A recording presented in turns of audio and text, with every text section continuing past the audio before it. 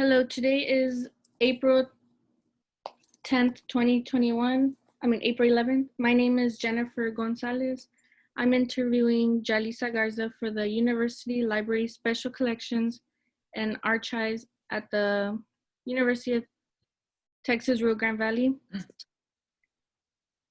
This project is in partnership with the Voces Oral History Center at the University of Texas at Austin. Please know, Jalyssa Garza, that this interview will be placed in the University Library Special Collections and Archives at UTRGV and shared with the Voces Oral History Center at the University of Texas at Austin. If there's anything you do not wish to answer or talk about, I will honor your wishes. Also, if there's something you want to talk about, please bring it up and we'll talk about it. The University Library Special Collections and Archives will archive your interview along with any other photographs and other documentation you are willing to share. UTRGV University Library will retain copyright or non-exclusive right to the interview and any other materials you donate. Because you are not conducting this interview in person, I need to record you consenting to make sure you agree with our interview procedures before we continue. So I'll ask you a series of 6 questions. Please say yes, I agree, or no, I do not agree. Number 1, do you give University Library Special Collections and Archives at UTRGV consent to archive your interview and your materials at the UTRGV University Library? Yes, I do. Okay. Do you grant UTRGV University Library Special Collections and Archives right, title, and interest in copyright over the interview and any materials you provide? Yes, I do. Do you agree to allow UTRGV University Library Special Collections and Archives to post this interview on the internet where it may be viewed by people around the world? Yes, I do. Okay. Do you grant the University Library Special Collections and Archives consent to share your Zoom interview with the Voces Oral History at the University of Texas at Austin for inclusion in the Voces of a Pandemic Oral History mini project, which will include posting the interview on the internet? Yes. Okay. As you recall, we previously filled out a pre-interview form. We use information from the pre-interview to help in research. The entire form is kept in a secure Voces server at the University of Texas at Austin. Before Voces sends it UTRGV University Library Special Collections and Archives, we would have stripped out any contact information for yourselves or family members. So that will not be part of your public file. Your public file will only be accessible at UTRGV University Library. The final 2 questions ask for your consent on what I just described. Do you wish for us to share the rest of your interview in your public file available to researchers at UTRGV University Library Special Collections and Archives? Yes. Okay, on occasion, UTRGV Special Collections and Archives and Voces receive requests from journalists who wish to contact our interview subjects. We only deal with legitimate news outlets. Do you give consent for us to share your phone numbers or your email with journalists?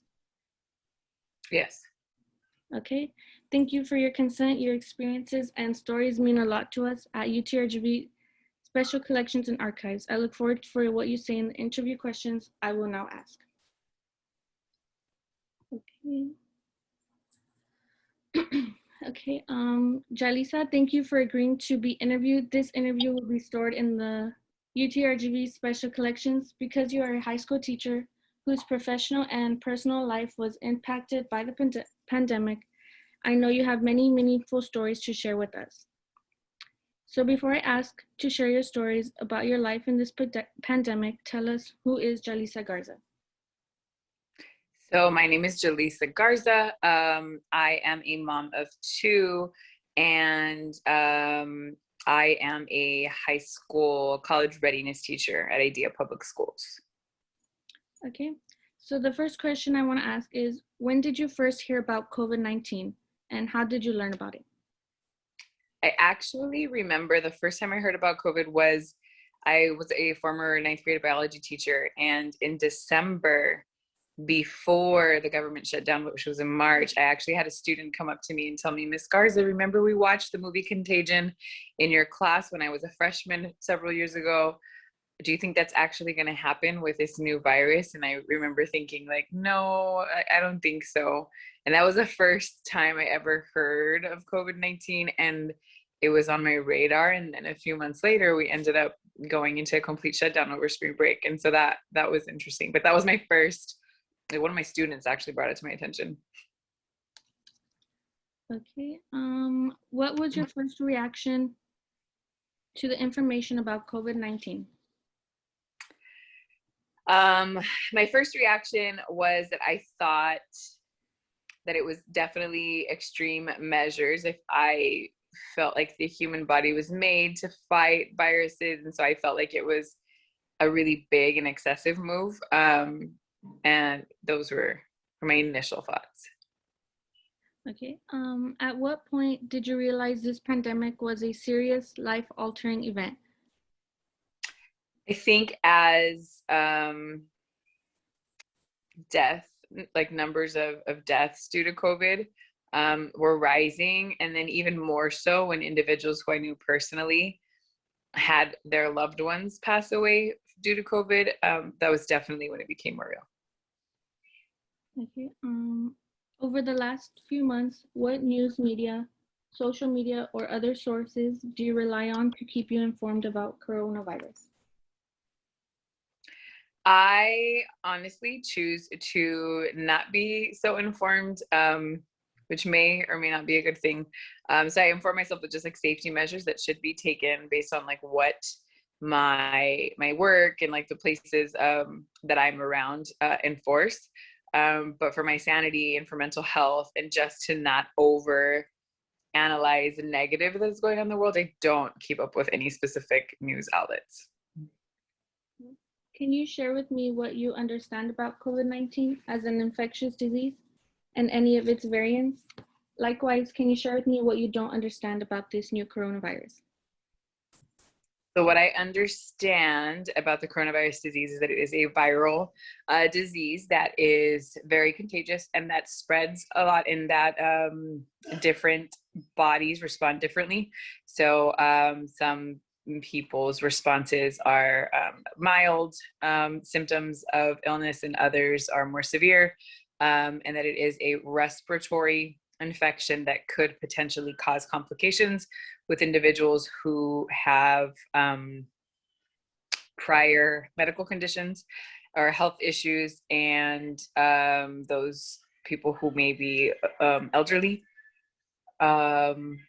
So that is my understanding up to this point. Questions that I still have about COVID-19 is just whether or not the information that's being shared in regards to like statistics and data is actually accurate, or if that information is skewed. So just being able to trust any source of information to know if that is in fact true. Okay. Can you tell me what you know about the various vaccines available to the public, and how do you feel about these vaccines? What I know is that currently there are 3 different companies who are approved to administer vaccines. 2 of them are 2 separate doses. One of them is 1 dose. And from what I understand, the vaccine does not prevent contagion or spread, nor does it prevent an individual of getting infected with COVID-19. But from my understanding, what it does do is just minimize symptoms so that they are not as severe. And I think the second part of that question, can you repeat the second part of that question? It's how do you feel about these vaccines? Okay. I personally think that everyone should really weigh their options and see what is best for them. I don't think that everyone should get the vaccine. I don't think that people shouldn't. I think that every individual needs to weigh their options and decide what's best for them. Do your family members hold the same beliefs as you about COVID-19, or are there some who take it more seriously or lightly? There are definitely some family members who take it more seriously and some who take it more lightly. Okay. Next, I will ask you some questions about your family, how they were also affected. Because your two kids are both young, you had to assist them with their online classes while also trying to figure out how to teach online. Okay, so how did your family react to having to be in quarantine? My kids are in first and second grade, so they're still a little bit younger. I think at the beginning they were very excited about not having to wake up early and go to school and getting the option of doing online school. And then there became a point where they were just frustrated with online school and wanted to go back to in-person school. I think the most difficult part of that entire quarantine season was the fact that I was expected to teach all of my students at the exact same time that my children needed support doing their schoolwork. So I was, in essence, being a teacher of two kids at home personally, plus trying to teach all of my juniors at the same time. And it was incredibly difficult to do that on my own. Did quarantine bring your family closer together? Yes, definitely. My husband and I were able to really spend time with our kids. And we did things like learn how to play Monopoly and really spent time, like quality time together. Did anyone in your family get COVID and had to be in a strict quarantine? Yes, my mom and my sister-in-law. For many students, virtual learning was unfamiliar. Were your children able to adapt quick, or did it take time? Because my kids are younger, it definitely took time. I had to connect them. I had to show them like all the different platforms and all of the different apps and ways to log in. And so they definitely needed a lot of support at the beginning. Once they were familiar with the consistency of devices and platforms that teachers were using, they were able to adapt and hang of it, but they still need support for logging in, and then to support for accountability on actually completing the work that they should be completing.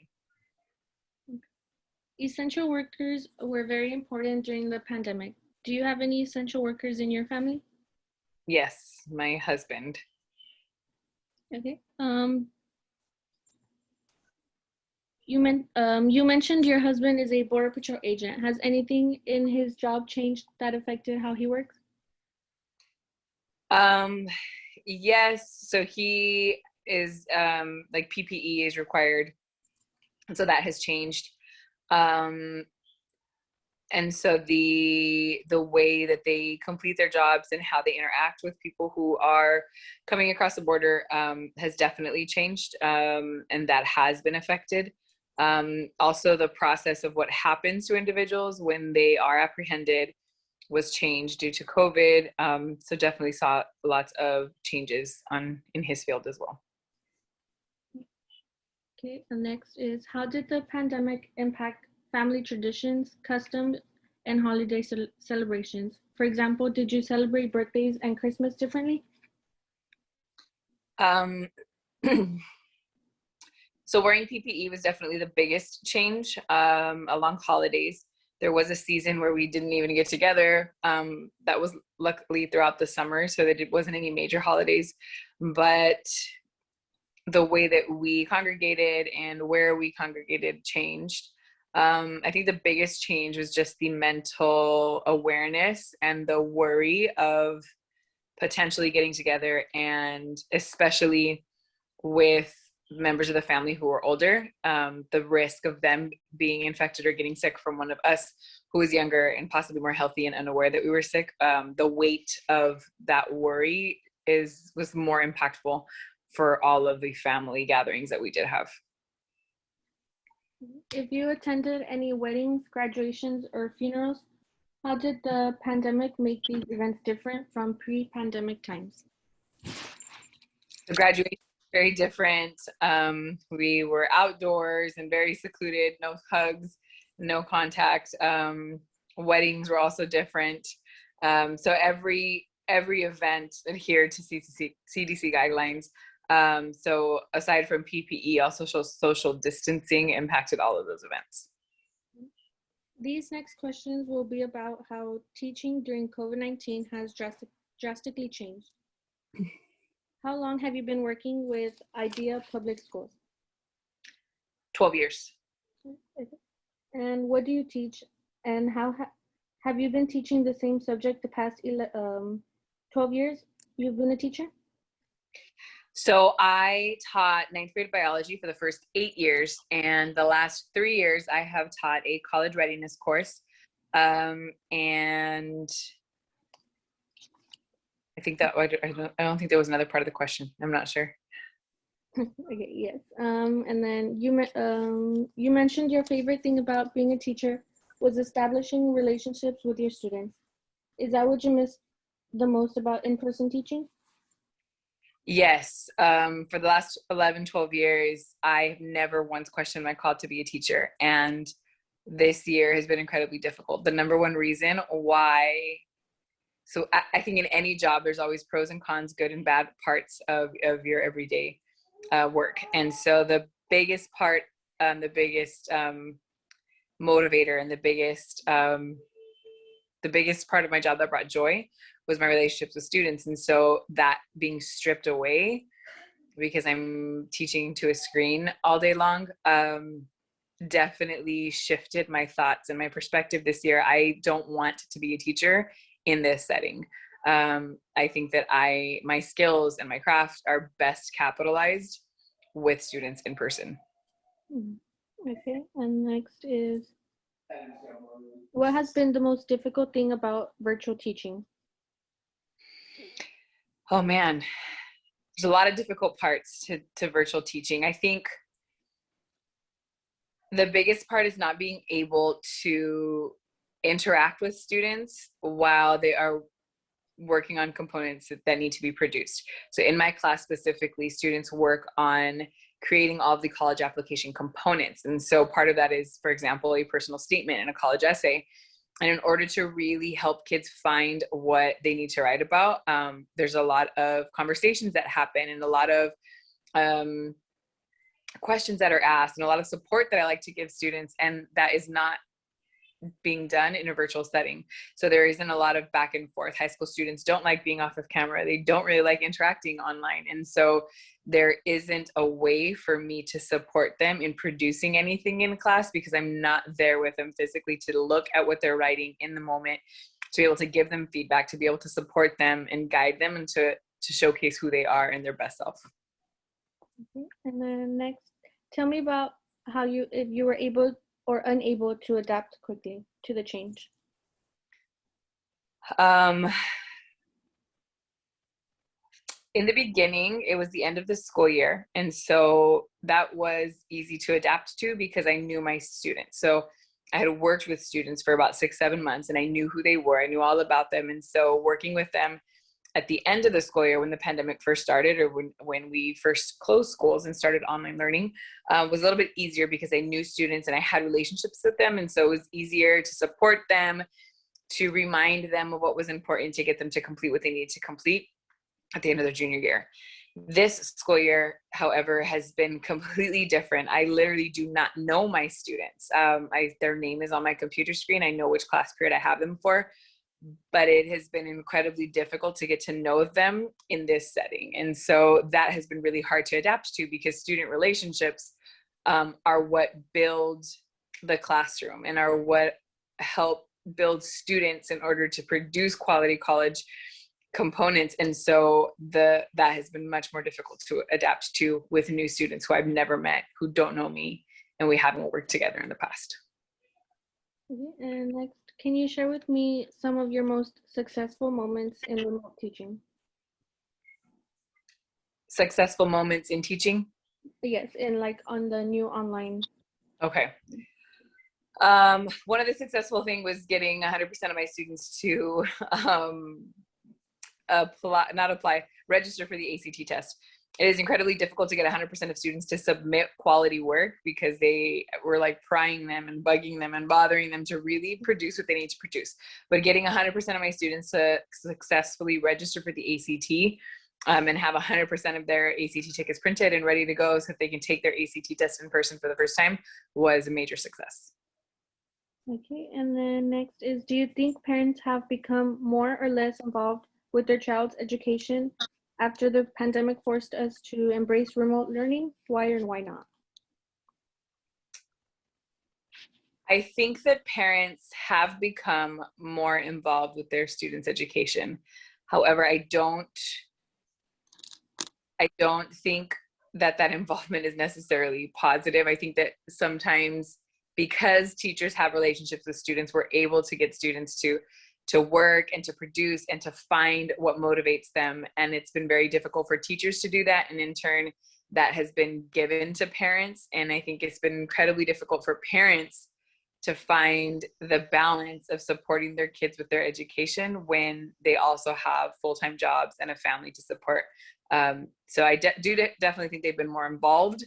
I just don't know if it's necessarily a good thing. And then you mentioned that you now teach online and in person. Has IDEA taken any precautions or made any regulations for the students attending school? Yes, so for those students, about 10% of students have opted to come in person. We've given that option to all students. And for those that are in person, class is very different. So their courses, well, first they're in smaller cohorts, so smaller classes. So classroom size is only 13 to a class, whereas before it could have been up to 30. And so classroom sizes are smaller, social distancing is present, plexiglass is present, masks are being worn. Students have some live instruction from teachers who are on campus, but because of scheduling conflicts, some classes are still online or virtual. And so that is also something that's different now, that even with students who are currently in person for school. Mm-hmm. While transitioning to full online teaching, did you experience any stress or emotional stress? Yes. Aside from not being very technology literate, or the most experienced with technology, figuring out how to do my job that I had already figured out. Like I've been teaching for 11 years. And so I knew how to do my job and do my job well.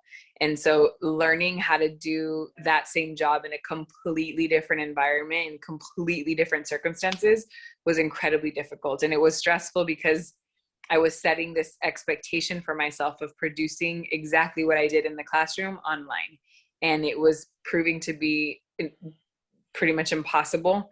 And so there was definitely a layer of stress, especially because I had my two kids with me at home in person, and I was still trying to meet this expectation of providing every single student what I generally do in the classroom. So yes, there was lots of stress and lots to learn in that transition. Okay. Next is, what is one thing you would do differently if you could go back to the beginning of the pandemic? In regards to my classroom? Yes. And teaching? I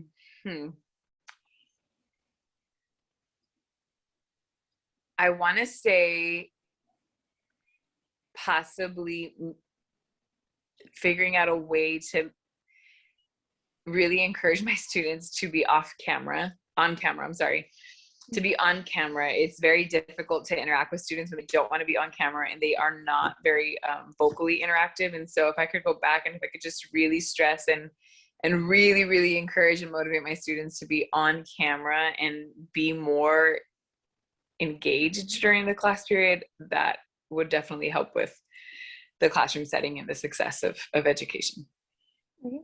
And now to close, I'll ask you some final questions. Are you satisfied with the local response to COVID-19 in McAllen, Texas? Yes. Okay. Are you satisfied with the state response to COVID-19 led by Greg Abbott? Yes. Are you satisfied with the current national response to COVID-19 led by President Biden and his administration? No. If you had the power to respond to COVID-19 with policies, laws, or workplace decisions, what would you do differently, if anything? I think the one thing that I would do differently, and only because my husband is frontline worker and is seeing what's going on currently at the border, and because we live in the Rio Grande Valley, I wish that policies would be in place to keep us safe from potential exposure to COVID-19 with so many new individuals arriving to our locations and where we live. Are there any other stories or experiences you would like to share with me that I have not asked about? No. Okay, and that'll be it for this interview.